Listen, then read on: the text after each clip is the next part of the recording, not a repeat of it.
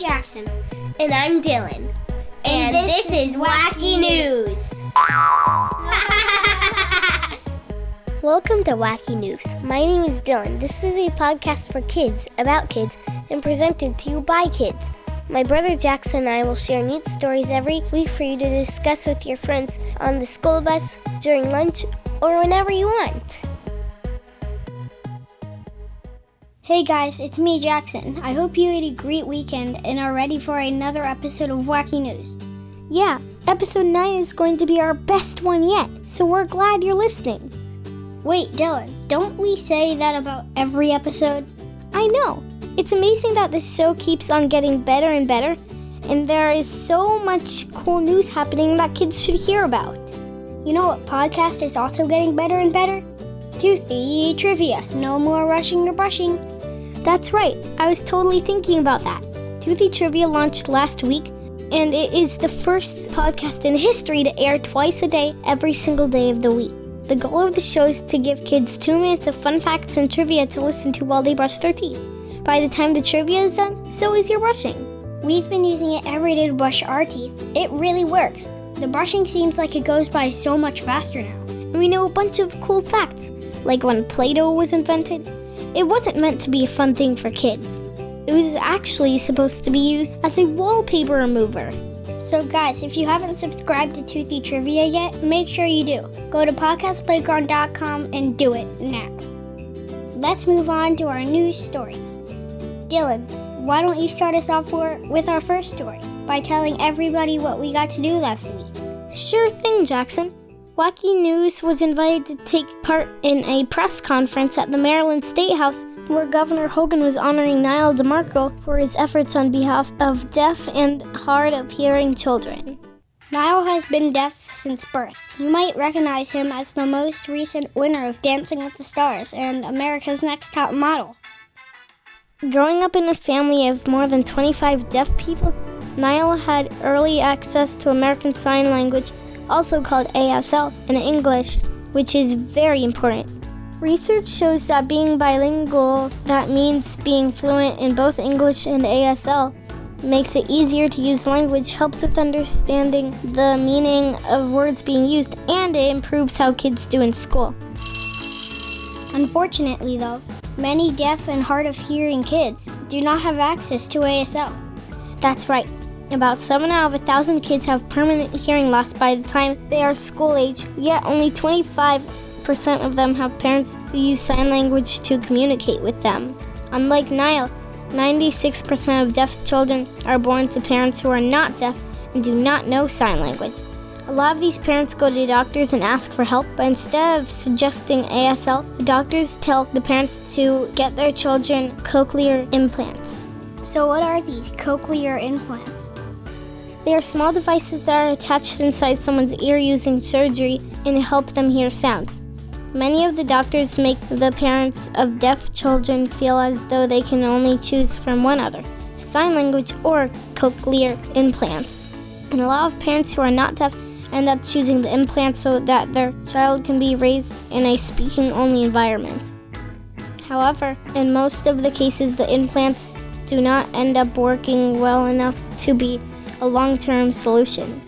And this is bad, because between birth and 5 years of age is a time when a kid's brain is designed to become fluent with a language that they are around and can experience on a regular basis. Exactly.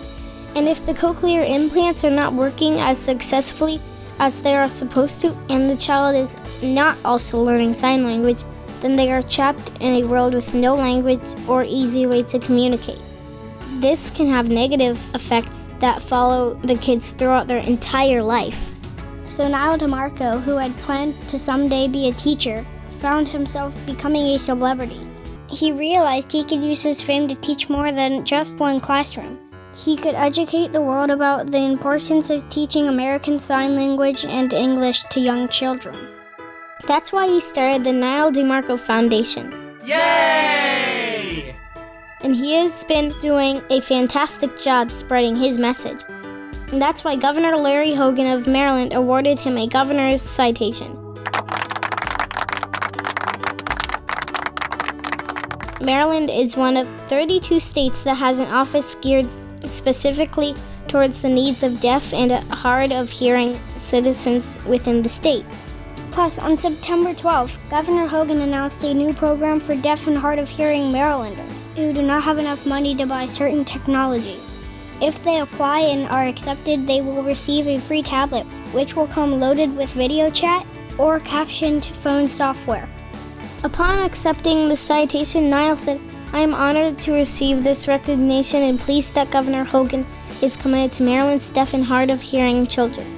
Early language acquisition gave me the cognitive, critical thinking, literacy, and social skills that helped me succeed as a model, actor, and advocate. I want every deaf person to have the same access so that they can succeed just as I did." What a great story. I'm so glad there are people like Nyle DiMarco in the world. For more info on Nyle DiMarco and the foundation, check the show notes for wacky news at podcastplayground.com. Uh-oh, Jackson, I think the wacky news machine is getting a little impatient that we haven't asked it for a news story yet. Uh-oh. Sorry about that, wacky news machine. We still know you're the one to go to for kid-focused stories all around the world. So what do you have for us today? Message in a bottle. Jackson, remember a time our cousin found a time capsule in her backyard that had been buried all the way back in the early 1990s?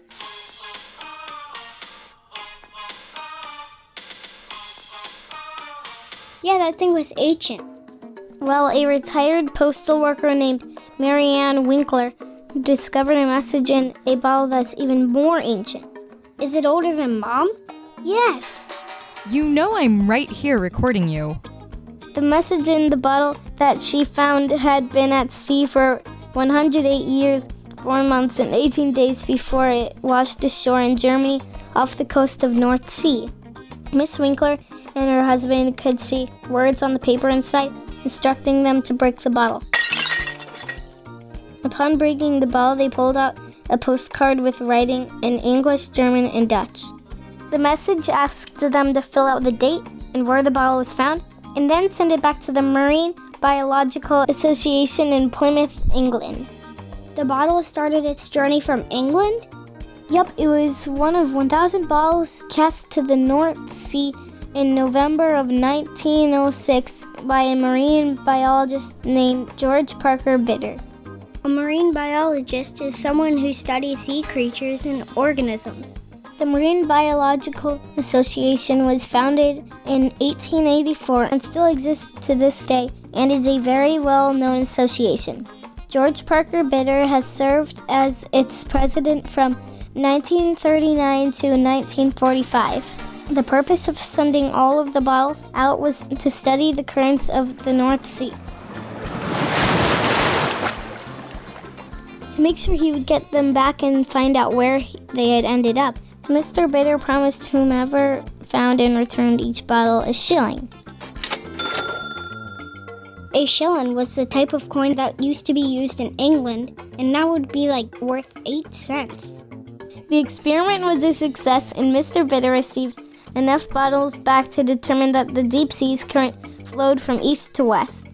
Fast forward 108 years, and the Winklers followed the instructions and mailed back the postcard. That must have been so surprising for the people who are working at the association now. It was. And not only they were thrilled that someone had discovered one of the bottles, but the association was also determined to give Miss Winkler the reward promised in the message, a shilling. Even though shillings are no longer used, the organization found one on eBay and bought it just to give to Miss Winkler. And on top of that, she now has the Guinness World Record for the oldest found message in a bottle.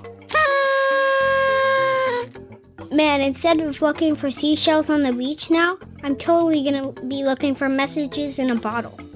Oh sure, just like when you thought you were going to find gold with your metal detector. Just for that, I'm not gonna share any of my shillings with you. I will share one last news story for today. What do you have for us, Wacky News Machine? Sit with us. When we moved and started going to a new school last year, I was really worried about whether or not I would make new friends. Yeah, going someplace where you don't know anybody can really be intimidating. And going to school can be really terrible for kids who are bullied or don't have anyone to eat lunch with. Just ask 16-year-old Natalie Hampton of California. Natalie is now a junior in high school and is doing really well, but when she was in the 7th grade and attending a different school, she was bullied a lot and had to eat lunch alone every single day. She will never forget what she went through, and she knows that too many other kids in the world have similar experiences. According to the StopBullying.gov, one study found 49% of kids in grades 4 through 12 reported being bullied at least once the month before, and 70% of kids reported seeing someone else get bullied.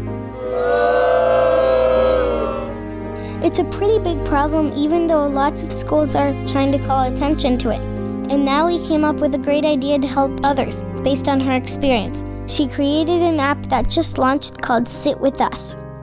Sit With Us is designed to help students who are having trouble finding friends to sit with at lunch. After logging onto the app, students either look for friends or offer to be friends. Ambassadors are the students who invite others to join them and post about open lunch events, which promise to include anyone who is looking for company. So cool. And what's great? The app is on your phone, so you can keep it private, and you don't have to tell the whole world you are looking for someone to eat lunch with. That's right, and any student who goes to sit at an open lunch event knows that they won't be turned away. I like that it is giving students a chance to do the right thing and help someone out. Me too, and that's something StopBullying.gov encourages students to do. Step up to help others. If you see bullying, talk to a parent, teacher, or another adult you trust. Adults need to know when bad things happen so they can help. And be nice to the kid being bullied. Show them that you care by trying to include them. Sitting with a kid at lunch or on the bus, or just talking to them at school can make a huge impact. If you see bullying going on, don't ignore it. Not saying anything could actually make things worse. The kid who is bullying will think it is okay to keep treating others that way. The more kids there are that don't put up with bullying, the less bullying will happen. So definitely check out the Sit With Us app and also go to StopBullying.gov to learn more about bullying and what you can do to make a difference. And now it's time for Wacky Jokes! What do you call a cheese that's not yours? Nacho cheese. What do elves learn in school? The alphabet. Why did the girl spread peanut butter on the highway? To go with the traffic jam.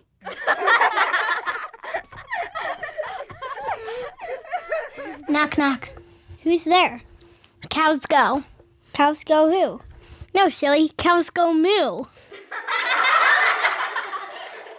What do you call a bear with no teeth? A gummy bear. What do you call a cow with no legs? Ground beef. All right, everyone, that's it for episode 9 of Wacky News. Thank you so much for listening. As always, be sure to go to podcastplayground.com and click on Wacky News for more information about me and Jaxon, as well as pictures and videos, wacky words, and more. And while you're on podcastplayground.com, don't forget to subscribe to Toothy Trivia. No more rushing or brushing. Every day there will be a morning episode and an evening episode that you can listen to while you brush your teeth. With the 2 minutes of fun facts and trivia that Emma will be sharing, there will be no more rushing or brushing. See you next week. Bye!